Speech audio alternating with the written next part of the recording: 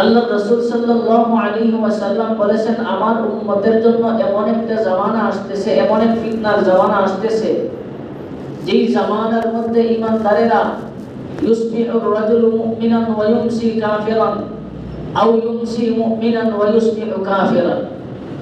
আমার উম্মতের শেষ জামানায়, ফিতনার জামানায় এমন এক অবস্থা হবে যে ঈমানদাররা সকালবেলা থাকবে ঈমান, বিকালে হয়ে যাবে কাফের, বিকালে থাকবে মুমিন, সকালে হয়ে যাবে কাফের।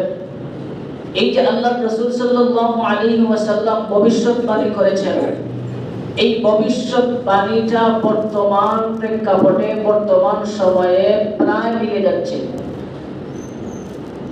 আমার কথা খুব গভীর ধ্যানে খেয়াল করবেন যে আল্লাহর রাসূল সাল্লাল্লাহু আলাইহি ওয়াসাল্লাম বলেছেন, শেষ জামানায় মুমিনদের অবস্থা এমন হবে, ঈমানদারদের অবস্থা এমন হবে যে সকালে থাকবে মুমিন, বিকালে হয়ে যাবে কাফের, বিকালে থাকবে মুমিন, সকালে হয়ে যাবে কাফের।